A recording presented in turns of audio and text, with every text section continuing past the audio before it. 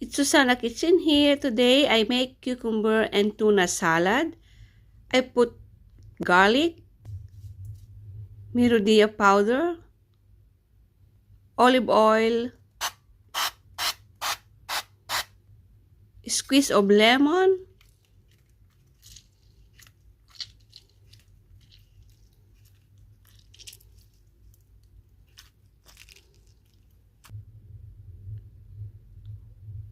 one spoon of soy sauce, tuna,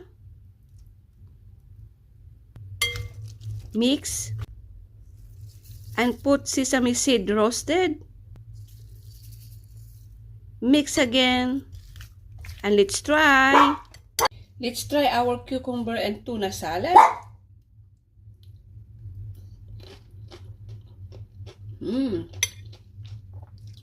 So good.